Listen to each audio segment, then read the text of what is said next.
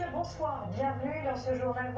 Et vous l'entendiez à l'instant, le secteur aérien va payer un lourd tribut, d'autant qu'en attendant que le trafic reparte à la hausse, les compagnies doivent entretenir leurs avions, mais aussi, vous allez le voir, leurs pilotes. Ces derniers ont l'obligation de continuer à voler sur des simulateurs, condition non négociable pour retrouver les cockpits en toute sécurité. Pierre Galacio et Léa Camoche.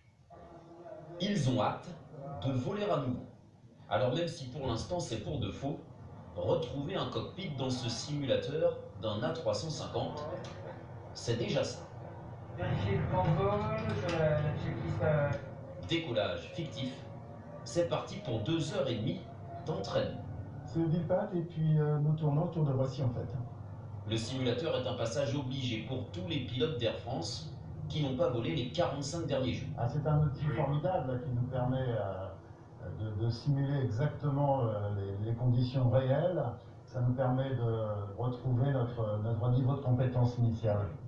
Derrière eux, un troisième pilote examine leurs réflexes et active les différents modes du simulateur.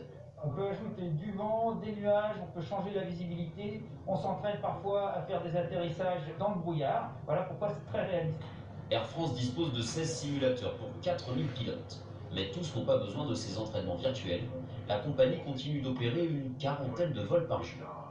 Ces séances de rentraînement telles que vous les voyez viennent en plus des exigences réglementaires pour garantir un plus haut niveau de sécurité. Pour des pilotes qui vont voler dans les 15 jours suivant la séance et qui sont des pilotes qui n'ont pas vu un cockpit depuis environ un mois et demi.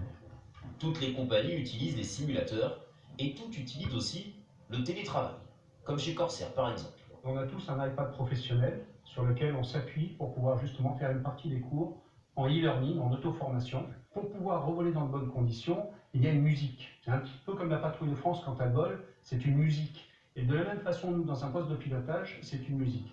Alors comme tous les autres, les 140 pilotes de la compagnie Corsair répètent devant des écrans en attendant la réouverture de l'aéroport d'Orly.